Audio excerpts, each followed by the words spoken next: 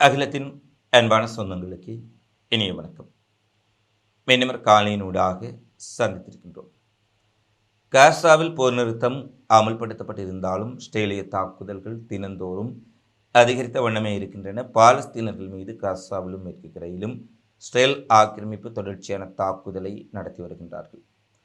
அமெரிக்க அதிபர் டொனால்ட் ட்ரம்பினுடைய நிர்வாகத்துக்கு எதிராக தொடர்ச்சியாக பல அடிகள் விழுந்துள்ள சூழ்நிலையில் தற்போது அமெரிக்காவினுடைய முடக்க நிலை நீடித்திருப்பதால் ஆயிரக்கணக்கான விமான சேவைகள் தங்கள் பயணத்தை நிறுத்தியிருப்பதால் அமெரிக்கா மிகப்பெரிய அளவிலான சிக்கலை நோக்கி நகர்வதாக பொருளாதார வல்லுநர்கள் தெரிவித்திருக்கின்றார்கள். உக்ரைனின் பல்வேறுபட்ட பகுதிகள் மீது ரஷ்யா மிக கடுமையான தாக்குதலை நடத்தியிருக்கின்றார்கள். இந்த நிலையில் உலகில் நடைபெற்றிருக்கக்கூடிய மிக முக்கியமான சம்பவங்களை இந்த காணொளியில் விரிவாக பார்க்கலாம். காசாவில் தொடர்ச்சியாக இஸ்ரேல் ஆக்கிரமிப்பு படைகள் பாரிய தாக்குதலை நடத்தி வரும் சூழ்நிலையில் காசாவில் நடத்தப்பட்ட ட்ரோன் தாக்குதலில் மத்திய புரட்ச் அகதி முகாம் பகுதியில் ஒருவர் கொல்லப்பட்டிருப்பதாகவும் வடக்கு காசாவில் இஸ்ரேல் நடத்திய ட்ரோன் தாக்குதலில் இன்னொரு பாலஸ்தீனர்கள் கொல்லப்பட்ட சூழ்நிலையில் 2 பாலஸ்தீனர்கள் காசாவில் மட்டும் கடந்த 24 மணி நேரத்தில் கொல்லப்பட்டிருப்பதான செய்தி வெளியாக இருக்கின்றது. அதேபோல் இந்த காணொலியை பதிவேற்றுவதற்கு சில நிமிடங்கள் முன்பாக ஒரு செய்தியை அல் ஜசீரா ஊடகம் வெளியிட்டிருக்கின்றார்கள். காசா நகரின் கிழக்கே மிக கடுமையான துப்பாக்கிச் சூட்டு சம்பவங்கள் பதிவாகி இருப்பதாகவும் காசா நகரின் கிழக்கில் பேரழிவுக்குள்ளான பகுதிகளில் மிக கடுமையான துப்பாக்கி சத்தங்கள் கேட்கப்பட்டதாக இருக்கக்கூடிய செய்திகள் தெரிவிக்கின்றன. ஆரம்பத்தில் இது ஒரு துப்பாக்கி மோதல் என்பதைப் போல இஸ்ரேலிய இராணுவம் தெரிவித்தாலும் பின்னர் அங்கு சுயாதீனமாக சரிபார்க்கப்பட்ட செய்திகளின்படி அது ஒரு துப்பாக்கி சண்டை கிடையாது, ஒருவழி துப்பாக்கிச் சூடு. அதாவது இஸ்ரேலிய இராணுவத்தினர் அங்கிருப்பவர்கள் மீது துப்பாக்கிச் சூட்டை மேற்கொண்டிருக்கின்றார்கள். இது காசாவில் இருக்கக்கூடிய பலஸ்தீன் போராளிகள் மீது தாம் தாக்குதலை நடத்தியதாக இஸ்ரேல் குறிப்பிட்டாலும் கூட அப்பாவி இடம்பெயர்ந்து மீள வந்த பலஸ்தீனர்களை இந்த துப்பாக்கிச் சூட்டுக்குள்ளாக இருப்பதாகவும் இவர்களின் உயிரிழப்புகள் காயங்கள் குறித்த விவரங்கள் இன்னமும் வெளிவரவில்லை என்ற செய்தி வெளியாக இருக்கின்றது. ஏற்கனவே 2 பேர் கொல்லப்பட்ட சூழ்நிலையில் காசா நகரின் கிழக்கே மிக பெரிய அளவிலான துப்பாக்கிச் சூட்டு சம்பவத்தை இஸ்ரேல் படைகள் நிகழ்த்தி இருக்கின்றார்கள். எனவே இஸ்ரேலினுடைய நடவடிக்கைகள் முழுக்க இந்த போர் நிறுத்தத்தை எப்படியாவது குழப்பி எடுத்துவிட்டு ஹமாஸ் இயக்கத்தினரையும் ஏனைய பலஸ்தீன் போராளிகளையும் மீண்டும் ஒரு யுத்தத்திற்குள் தள்ளிவிடுவதுதான் இஸ்ரேலினுடைய நோக்கம் என்பதை தெளிவாக பார்க்கக்கூடியதாக இருக்கின்றது. ஏனெனில் நெதன்யாகு அவனுடைய அரசியல் வாழ்க்கைக்கும் ஏற்கனவே அவன் மீது ஊழல், மோசடி, நிதி குற்றச்சாட்டுகள் இருப்பதால் அவற்றிலிருந்து தப்பிப்பதற்கும் யுத்தத்தை தொடர்ச்சியாக நடத்துவதையே ஒரு வழியாக தொடர்ச்சியாக கையாண்டு வரும் சூழ்நிலையில் இந்த நடவடிக்கைகளை இவ்வாறே பார்க்கக்கூடியதாக இருக்கின்றது. அதேபோல மேற்கு கரையில் நெப்லின்ஸ் பீட்டாவில் ஆலிவ் அறுவடையின் போது இஸ்ரேலிய குடியேறிகள் பாலஸ்தீன விவசாயிகள் மீது தொடர்ச்சியாக தாக்குதல்களை நடத்தி வந்தார்கள் என்பதை தெரிவித்தோம். தற்போது அதன் ஒருபடி மேலாக அந்த தாக்குதல்களை பதிவு செய்வதற்காக சென்ற ராய்டர்ஸ் செய்தி சேவையின் உடைய பத்திரிகையாளர்கள் மற்றும் ஏனைய பத்திரிகை ரிப்போர்ட்டர்கள் மீதும் மிக கடுமையான தாக்குதல் நடத்தப்பட்டிருக்கின்றது. அவர்கள் கைகளில் ஆயுதங்கள் இல்லை, ஊடக பணிக்காக கேமராக்களும் ஒலிவாங்குகளுமே இருக்கும்போது அவர்கள் மீது மிகப்பெரிய அளவிலான தாக்குதலை இஸ்ரேலிய குடியேறிகள் நடத்தியிருக்கின்றார்கள். இந்த குடியேறிகள் தாக்குதலை நடத்திய போது இஸ்ரேலிய இராணுவத்தினர் அருகாமையிலிருந்து அவற்றை தடுப்பதற்கு இந்த நடவடிக்கையும் எடுக்கவில்லை என்பதையும் அங்கிருக்கும் வஃபா செய்தி நிறுவனம் ஆவணப்படுத்தி இருக்கின்றார்கள். அதாவது குடியேறிகள் தாக்குதல் நடத்தும் பொழுது குடியேறிகளிடமிருந்து பாலஸ்தீனர்களையும் பத்திரிகையாளர்களையும் பாதுகாக்க வேண்டிய இராணுவம் குடியேறிகளுக்கு ஆதரவாக செயற்பட்டதாகவும் பத்திரிகையாளர்கள் தாக்கப்பட்ட போது அவர்கள் கைகட்டி வேடிக்கை பார்த்தார்கள் என்ற செய்தி வெளியாக இருக்கின்றது. ராய்டர்ஸ் பத்திரிகையின் செய்தியாளரும் ஒரு சுயாதீன ஊடகவியலாளரும் காயமடைந்திருக்கின்றார்கள் என்ற செய்தியை நாங்கள் பார்க்கக்கூடியதாக இருக்கின்றது. கவுதி படை இன்று ஒரு மிக முக்கியமான ஒரு அறிவிப்பை விடுத்திருக்கின்றார்கள். ஏற்கனவே குறிப்பிட்டிருந்தோம், லெபனானை போல காசாவை போல ஏமன் கவுதி கட்டுப்பாட்டு பிரதேசங்களுக்குள் காட்டி கொடுப்பவர்கள் மிகவும் குறைவு. அதாவது அங்கே இருக்கக்கூடிய ஏமன் நாட்டு குடிமக்கள் மிகப்பெரிய அளவில் கவுதி படைகளுக்கும் பாலஸ்தீன் மக்களுக்கும் பாலஸ்தீன விடுதலைக்கும் ஆதரவாக இருக்கின்றார்கள். ஏனெனில் அங்கு வாரம் ஒரு முறை நடைபெறும் வெள்ளிக்கிழமை தொழுகையின் போது அங்கு வீதிகளில் திரளும் லட்சக்கணக்கான மக்களே அதற்கு சாட்சியாக பல போராட்டங்களை செய்திருக்கும் சூழ்நிலையில் அந்நிய உளவாளிகள் அல்லது உதவி நிறுவனங்கள், ஐநா நிறுவனங்கள் என்ற தொண்டு போர்வையில் தான் ஏமனுக்குள் உளவாளிகள் ஊடுருவி விடயங்களை காட்டிக் கொடுப்பதற்காக கவுதிப்படையினுடைய பிரதமர் மற்றும் முக்கிய அமைச்சர்கள் எல்லாம் இஸ்ரேலினுடைய ஒரே வான்வெளி தாக்குதலில் கொல்லப்பட்டார்கள். எனவே இதன் மீது கவுதிகள் புரிந்து கொண்டார்கள். உள்ளே ஊடுருவி இருக்கக்கூடிய உளவாளிகளின் உடைய நடவடிக்கைகள் ஏமனுக்குள்ளும் அதிகரிப்பதை புரிந்து கொண்டவர்கள் மிகப்பெரிய அளவில் கைது நடவடிக்கைகளை மேற்கொண்டார்கள். தற்போது கவுதிப்படை தொடர்ச்சியான கைது நடவடிக்கைகளை மேற்கொண்டு வரும் சூழ்நிலையில் கைது செய்யப்பட்டவர்கள் அங்கு விசாரணை நடத்தப்படும் பொழுது அவர்களுடைய விசாரணையில் பல உண்மைகளை வெளியிடுவார்கள்.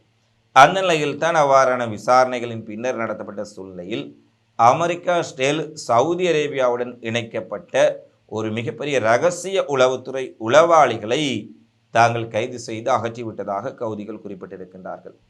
வெளிநாட்டு வான்வெளி தாக்குதலில் குறிவைக்கப்பட்ட ஏவுகணை தளங்கள், ட்ரோன் பிரிவுகள், மூலோபாய சிவிலியன் உட்கட்டமைப்பின் செயற்பாட்டாளர்களை கண்காணித்ததாக இவர்கள் மீது குற்றச்சாட்டுகள் எழுந்திருக்கும் சூழ்நிலையில் சனா மீதான சமீபத்திய இஸ்ரேலிய தாக்குதல், கவுதி தலைமையின் மீதான தாக்குதல்களில் இவர்களுடைய காட்டி கொடுப்புகளும் இவர்கள் தகவல்கள் பலவற்றை செய்மதி தொலைபேசிகள், சேட்டலைட் தொலைபேசிகளின் ஊடாக இஸ்ரேலுக்கும் அமெரிக்காவுக்கும் வழங்கி இருக்கின்றார்கள் என்பதையும் கவுதிப்படை உறுதிப்பட தெரிவிக்கின்றார்கள்.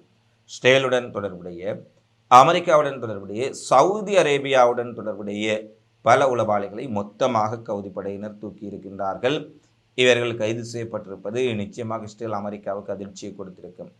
ஏனெனில் காசா, லெபனானை தொடர்ந்து எப்படியும் ஏமனை நிலைகுலைய வைத்துவிட வேண்டும் என்று ஒருபுறம் வான்வெளி தாக்குதல்கள், ஏவுகணை தாக்குதல்களை செய்து கொண்டிருக்கும் சூழ்நிலையில் மறுபுறத்தில் உளவாளிகளை உள்ளே அனுப்பி உள்ளே இருந்தே கருவறுக்கக்கூடிய நடவடிக்கைகளை மொசாட் சிஐஏ மேற்கொண்டு வந்தார்கள். இந்த நிலையில்தான் முக்கியமான உளவாளிகளை சிஐஏனுடைய, மொசாட்டினுடைய சவுதி உளவு பிரிவுடன் தொடர்புடையவர்களை கூட தாங்கள் கைது செய்திருக்கின்றோம் என்பதை கவுதிப்படை தெரிவித்திருக்கின்றார்கள். என்னை கவுதிப்படை சற்று உசாரடைந்து விட்டார்கள்.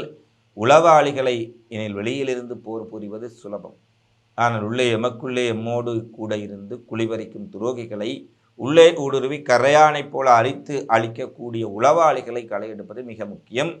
கவுதிப்படை அந்த நடவடிக்கையை தற்போது ஆரம்பித்து விட்டார்கள். ஈராக்கில் செயற்படக்கூடிய ஈரானிய ஆதரவு பெற்ற சியா பிரிவு இயக்கங்கள் மீண்டும் பலமடைந்து வருவதாகவும் அவர்கள் மீண்டும் கட்டமைக்கப்பட்ட சூழ்நிலையில் ஈரானிடமிருந்து அதிநவீன ஆயுதங்கள் அவர்களுக்கு சென்றிருந்தன. ஈராக்கிலிருந்தும் இஸ்ரேலுக்கு எதிரான போர்முனை எதிர்காலத்தில் ஒரு மோதல் ஏற்பட்டால் திறக்கப்படலாம் என்பதை கடந்த வாரங்களில் நாங்கள் பேசியிருந்தோம். அது தொடர்பான செய்திகளும் பல வெளியாக இருந்தன. இந்த நிலையில் ஈராக்கில் இருக்கக்கூடிய ஈரான் ஆதரவு பெற்ற இயக்கங்களை வெளியேற்ற வேண்டும், அவர்களுடைய ஆயுதங்களை களைய வேண்டும் என்ற ஒரு கோரிக்கையை அமெரிக்கா ஈராக் அரசிடம் முன்வைத்தார். ஈராக் அரசினுடைய ஜனாதிபதி அல் சூடானி இதற்கு பதிலளித்திருக்கின்றார். ஈராக்கில் செயற்பட்டு வரக்கூடிய ஈரானிய ஆதரவு பெற்ற இயக்கங்களை கட்டுப்படுத்துவது, அவர்களுடைய ஆயுதங்களை அகற்றுவது, களைவது என்பது ஒருபுறம் இருக்கட்டும், ஆனால் அதற்கு முன்பாக ஈராக்கிலிருந்து முற்று முழுதாக அமெரிக்க இராணுவம் வெளியேற வேண்டும். அதன் பின்னரே அங்கிருக்கும் போராளிகளின் ஆயுதங்களை களைவது அல்லது அவர்கள் ஆயுதங்களை கைவிடுவது குறித்து உறுதியான முடிவை எடுப்பார்கள் என்பதை தற்போது ஈராக்கினுடைய அரசு தெளிவாக அமெரிக்காவுக்கு கூறியிருக்கின்றார்கள். ஏற்கனவே ஈராக்கிலிருந்து அமெரிக்க படைகள் வெளியேற்றப்பட வேண்டும் என்ற கோரிக்கை ஈராக்கில் இருக்கக்கூடிய இயக்கங்களிடம் மட்டுமல்ல, ஈராக் மக்கள் மத்தியிலும், ஏன் ஈராக் அரசில் இருக்கக்கூடிய பல நாடாளுமன்ற உறுப்பினர்களாலும் தொடர்ச்சியாக எழுப்பப்பட்டு வருகின்றது. எனவே ஈராக்கில் அமெரிக்க இராணுவ தளங்கள் அமைந்திருப்பது ஈராக்கின் இறையாண்மைக்கு ஒரு மிகப்பெரிய அச்சுறுத்தல். ஏனெனில் அங்கிருந்து இவர்கள் ஈரான் மற்றும் பல்வேறுபட்ட பிரதேசங்களில் தாக்குதல் நடத்தும் போது ஈரானோ அல்லது ஈரான் ஆதரவு பெற்ற இயக்கங்களோ மீண்டும் அமெரிக்க இராணுவ தளங்களை குறிவைத்தால் அது ஈராக்கிற்கும் ஆபத்தை ஏற்படுத்தும் என்பதால் அமெரிக்க படைகள் இங்கே ஈராக்கில் வந்து அமர்ந்திருப்பது தமக்கு ஆபத்து என்பதை ஈராக்கியர்கள் தெளிவாக புரிந்து கொண்டு விட்டார்கள். எனவே அமெரிக்க படைகளை இந்த ஈராக் பிராந்தியத்தில் மண்ணிலிருந்து முற்றாக வெளியேற வேண்டும், அகற்ற வேண்டும் என்று பல போராட்டங்கள் கூட பக்தாத்தில் ஈராக்கின் பல்வேறுபட்ட பகுதிகளில் நடைபெற்றன. இந்த சூழ்நிலையில் தான் நீங்கள் முதலில் வெளியேறுங்கள், அமெரிக்க இராணுவம் யாரும் இங்கே இருக்க தேவையில்லை, நீங்கள் வெளியேறுங்கள், பின்னர் இங்கு செயற்படக்கூடிய இயக்கங்களின் ஆயுதங்களை களைவது தொடர்பாக நாங்கள் உரிய முடிவுகளை எடுப்போம் என்று ஈராக் அரசு தெளிவுபடுத்தி இருக்கின்றார்கள். ஈரான் மீது மிகப்பெரிய பொருளாதார தடைகளை அமெரிக்காவும் ஐரோப்பிய நாடுகளும் விதித்து வந்தாலும் அந்த பொருளாதார தடைகள் எதையும் நாங்கள் பின்பற்றப் போவதில்லை என்று ஏற்கனவே சீனா, ரஷ்யா தெளிவாக அறிவித்து விட்டார்கள். ஏற்கனவே சீனாவிலிருந்து நேரடியாக அமெரிக்க ஐரோப்பிய பாதைகளை தவிர்த்து சீனாவிலிருந்து நேரடியாக சரக்கு ரயில் ஈரானை சென்றடைந்தது கடந்த சில மாதங்களுக்கு முன்பாக. அதன் பின் பல தடவைகள் சீனாவிலிருந்து ஈரானுக்கும் ஈரானிலிருந்து சீனாவுக்கும் 36க்கும் மேற்பட்ட ரயில் சேவைகள் சென்றடைந்திருக்கும் சூழ்நிலையில் தற்போது முதல் முறையாக ரஷ்யா தன்னுடைய சரக்கு ரயில் மூலம் ஈரானுக்கு பயணம் செய்திருக்கின்றது. தன்னுடைய சரக்கு ரயிலை ஈரானுக்கு வெற்றிகரமாக அனுப்பி வெற்றி பெற்றிருக்கின்றார்கள். 62 கொள்கலன்களை கொன்ற இந்த ரயில் கஜகஸ்தான் மற்றும் துர்க்மெனிஸ்தான் வழியாக 12 நாட்கள் பயணம் செய்து 1100 கிலோமீட்டர் பயணத்தை நிறைவு செய்து நேரடியாக ஈரானை சென்றடைந்திருக்கின்றது. இது வடக்கு தெற்கு போக்குவரத்து வழித்தடத்தில் ஒரு மிக முக்கியமான ஒரு மைல்கல் என்று கூறப்படுவதுடன் மேற்கத்திய பாதைகளை தவிர்த்து ரஷ்யா ஈரான் வர்த்தகத்தை மேம்படுத்துவதற்கும் இது மிகப்பெரிய அளவில் உதவி செய்யும் என்ற விடயம் தற்போது வெளிவந்திருக்கின்றது. எனவே ஈரானை ஒடுக்குவதற்கு, ஈரான் மீது பொருளாதார தடைகளை விதிப்பதற்கு அமெரிக்காவும் ஐரோப்பிய ஒன்றியமும் அவர்களுடைய மேற்கத்திய கூட்டாளிகளும் பல்வேறுபட்ட தடைகளை அறிவித்து வரும் சூழ்நிலையில் ரஷ்யாவும் சீனாவும் நேரடியாகவே ஈரானுக்கு அது விமானமும் தேவையில்லை, கப்பலும் தேவையில்லை, ரயில் மூலமே நாங்கள் வர்த்தகத்தை செய்ய போகின்றோம் என்று சீனா ஈரானுக்கு ரயிலை அனுப்பியிருந்தார்கள். தற்போது ரஷ்யாவும் ஈரானுக்கான ரயில் சேவையை ஆரம்பித்திருப்பதால் இனி ரஷ்யாவினுடைய பொருட்கள் ஈரானை சென்றடைவதாக இருக்கலாம், ஈரானினுடைய பொருட்கள் ரஷ்யாவை சென்றடைவதாக இருக்கலாம். இவர்கள் கப்பல்களை இடைமறிப்பதோ அல்லது விமானங்களை இடைமறிப்பதோ என்பவற்றினால் இனி தடுக்க முடியாது, நேரடியாக ரயில்கள் செல்ல போகின்றது என்ற விடயம் தெளிவாக்கப்பட்டிருக்கின்றது. அதேபோல ரஷ்யாவில் இருந்து வந்த 63 கொள்கலன் உடன் கூடிய ரயில் திரும்பி செல்லும் போது ஈரானிலிருந்து பொருட்களை எடுத்து செல்லும் என்ற அறிவிப்பையும் ரஷ்ய ஈரானுடைய வர்த்தக அமைச்சுக்கள் வெளியிட்டிருக்கின்றார்கள். அது எவ்வாறான பொருட்கள் என்பது இன்னமும் தெளிவுபடுத்தப்படவில்லை. அமெரிக்காவில் அடுத்த ஆண்டுக்கான நிதியை விடுவிப்பதற்கான பட்ஜெட் நிறைவேறும் கட்டத்தில் அது தோல்வியடைந்தது. அமெரிக்க அதிபர் ட்ரம்புக்கு எதிராக ஜனநாயக கட்சியினர் ஏனைய கட்சியினர் ஆதரவளிக்காமையினால் அந்த ஒப்புதலை பெறுவதில் சிக்கல் ஏற்பட்ட நிலையில் முற்றாக பட்ஜெட் முடக்கப்பட்ட சூழ்நிலையில் பட்ஜெட் தோல்வியடைந்தது. அமெரிக்காவில் அடுத்த ஆண்டுக்கான நிதியை விடுவிப்பதில் மிகப்பெரிய சிரமம் ஏற்பட்டுள்ளது. நாடாளுமன்றம் ஒப்புதல் அளிக்காத பட்சத்தில் பல ஊழியர்கள் மாதக்கணக்கில் ஊழியமின்றி பணிபுரியும் நிலை ஏற்பட்டிருக்கின்றது. ஏற்கனவே 10 லட்சத்துக்கு மேற்பட்ட ஊழியர்கள் எந்தவிதமான ஊதியமுமின்றி பணிபுரியும் நிலைக்குள்ளானார்கள். ஒரு மாதம் ஊதியமின்றி பணிபுரியலாம், 2 மாதம் பணிபுரியலாம். தொடர்ச்சியாக இந்த பட்ஜெட்டை இனி எப்போது நிறைவேற்றுவார்கள் என்பதே தெரியாத சூழ்நிலையில் தொடர்ச்சியாக யாரும் எந்தவிதமான சம்பளமுமின்றி பணிபுரிய முன்வர மாட்டார்கள். இந்த சூழ்நிலையில் தான் அமெரிக்காவினுடைய விமான போக்குவரத்தில் ஈடுபடக்கூடிய பைலட்டுகள், விமான பணிப்பெண்கள், விமான நிலைய அதிகார சபையில் பங்கேற்கக்கூடிய ஊழியர்கள், விமான நிலையம் சார்ந்த பணிகளில் ஈடுபடக்கூடிய பலர் தற்போது விடுபடுத்திருக்கின்றார்கள், கட்டாய விடுப்பில் சென்றிருக்கின்றார்கள். மேலும் ஊதியமின்றி குறைந்தளவான ஊழியர்களுக்கு கட்டளையிடப்பட்டாலும் அவர்களும் தங்களுடைய உடல் நலனை காரணம் காட்டி விடுபடுத்தி வருகின்றார்கள். எனில் ஊதியம் இல்லாமல் பணிபுரிய விருப்பமின்மை காரணமாக இதனால் அமெரிக்காவுடைய விமான சேவைகளை இயக்குவதில் மிகப்பெரிய சிக்கல் நிலை ஏற்பட்டிருக்கின்றது. அதாவது அமெரிக்க விமானங்களை வேறு நாடுகளுக்கு ஒரு இயக்க முடியாத ஒரு சூழ்நிலை ஏற்பட்டிருக்கும் சூழ்நிலையில் நேற்று ஒரே நாளில் நேற்று முன்பு 48 மணி நேரத்தில் 1200 விமானங்கள் ஒட்டுமொத்தமாக அமெரிக்கா முழுவதும் ரத்து செய்யப்பட்டிருக்கின்றன. Atlanta, Denver, Newark, Chicago, Houston, California, Los Angeles, New Jersey உட்பட 12 முக்கிய நகரங்கள் மிகப்பெரிய அளவில் பாதிக்கப்பட்டிருக்கின்றன. லட்சக்கணக்கான பயணிகள் நினைத்து பாருங்கள், 1200 விமானங்கள் என்றால் விமானங்களில் பயணம் செய்வதற்காக விமான நிலையங்களுக்கு வந்த லட்சக்கணக்கான பயணிகள் ஏமாற்றத்துடன் திரும்பி இருக்கின்றார்கள். இதன் காரணமாக அமெரிக்காவுக்கு வர்த்தக நோக்கத்தில் வர இருந்தவர்கள், சுற்றுலா பயணிகளாக வர இருந்தவர்கள், ஏனைய தேவைகளிற்காக வர இருந்தவர்கள் யாரும் அமெரிக்காவுக்குள்ளும் வர முடியவில்லை. அமெரிக்காவிலிருந்து அவசரமாக பலராலும் வெளியேற முடியவில்லை. இந்த விமான சேவைகளின் உடைய முடக்கம் இன்னும் சில வாரங்கள் தொடர்ந்தால் அமெரிக்காவின் உல்லாச பிரயாணத்துறை முற்றாக முடங்கிவிடும். ஏனெனில் அமெரிக்கா சென்றால் விமான சேவைகள் கிடையாது, ஒரு நகரத்திலிருந்து மற்ற நகரத்துக்கு செல்ல முடியாது என்பதால் மக்கள் வர விரும்ப மாட்டார்கள். அதேபோல் அமெரிக்காவுக்கு சென்றால் திரும்பி வருவதற்கு விமானங்கள் இருக்குமா என்ற ஒரு சிக்கல். அடுத்து வர்த்தக ரீதியிலான நடவடிக்கைகள், வர்த்தக ரீதியில் செய்யக்கூடிய பல்வேறுபட்ட விடயங்களை செய்ய முடியாத ஒரு சூழல் ஏற்பட்டிருக்கின்றது. ஏனெனில் வர்த்தக கலந்துரையாடல்களாக இருக்கலாம், வர்த்தக நோக்கத்தில் இங்கே வரக்கூடியவர்களுக்கான பல்வேறுபட்ட நடவடிக்கைகள் எவையும் செய்ய முடியாத சூழ்நிலையில் அமெரிக்க விமான துறையே முற்றாக முடங்கக்கூடிய நிலை ஏற்பட்டிருக்கின்றது. அமெரிக்க அதிபர் டொனால்ட் ட்ரம்ப் உலகம் முழுவதும் கிரீன்லாந்தை கைப்பற்றப் போகின்றோம், வேறு நாட்டை கைப்பற்றப் போகின்றோம், காசாவை கைப்பற்றப் போகின்றோம் என்று வாய்ச்சவடால் விட்டு வருகின்றார். ஆனால் தன்னுடைய சொந்த நாட்டில் பட்ஜெட்டை நிறைவேற்ற முடியாமல், அங்கு ஊழியர்களுக்கு சம்பளம் கொடுக்காமல் பல துறைகள், முக்கியமாக விமான நிலையத்துறை, ரயில்வே துறை கொஞ்சம் கொஞ்சமாக முடங்கி இருக்கின்றது.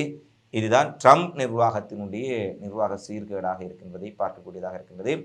அடுத்து ரஷ்யா உக்ரைனின் பல்வேறுபட்ட நகரங்களின் மீது மிக கடுமையான தாக்குதலை நடத்தியதில் கார்கிவ் மற்றும் பல்வேறுபட்ட பகுதிகளில் மின்சார நிலையங்கள் முற்றாக அளிக்கப்பட்டிருக்கின்றன. பல இடங்களில் மின்சார நிலையங்கள் மீது நேரடியாக ராக்கெட்டுகள், ஏவுகணைகள், ட்ரோன்கள் விழுந்து வெடித்ததில் பல்லாயிரக்கணக்கான மக்கள் மின்சார துண்டிப்பினால் மிகப்பெரிய சிக்கலில் மாட்டியுள்ளார்கள். பல பகுதிகளும் இருளில் மூழ்கி இருக்கின்றது. தற்போது மிகப்பெரிய அளவில் குளிர்காலம் ஆரம்பித்திருக்கும் சூழ்நிலையில் ஹீட்டர் சாதனங்கள், வெப்பமூட்டும் சாதனங்களை இயக்க முடியாத காரணத்தினால் மக்கள் குளிர் மற்றும் பல்வேறுபட்ட சிக்கல்களினால் மிக கடுமையான ஒரு துயரை சந்தித்து வருகின்றார்கள் என்ற செய்தி வழியாக இருக்கின்றது. ரஷ்யாவின் தாக்குதல் காரணமாக ஏற்பட்ட மின்சார துண்டிப்பை சரி செய்வதற்காக உக்ரைன் மின் ஆணைய அதிகாரிகள் வேகமாக செயற்பட்டு வந்தாலும் கூட மிக மோசமான தாக்குதல் காரணமாக உடனடியாக அது சரி செய்யப்படவில்லை என்பதே உக்ரைனின் தற்போதைய செய்தியாக இருக்கின்றது. இவைதான் இன்றைய நாளில் வெளியான மிக முக்கியமான செய்திகளாக, நிகழ்வுகளாக பதிவாக இருக்கின்றன. தினந்தோறும் உலகெங்கும் நடைபெறும் செய்திகளை உடனுக்குடன் தெரிந்து கொள்ள அகிலத்தோடு இணைந்திருங்கள். இந்த காலைப்பதிவு தொடர்பிலான உங்களது மதிப்பான கருத்துக்களை தவறாமல் கமெண்ட்ஸில் பதிவிடுங்கள் என கேட்டுக்கொண்டு மீண்டும் அடுத்த காணொளியில் உங்களை சந்திக்கும் வரை உங்களிடமிருந்து விடைபெறும் நான் உங்களின் சந்துரு. வணக்கம்.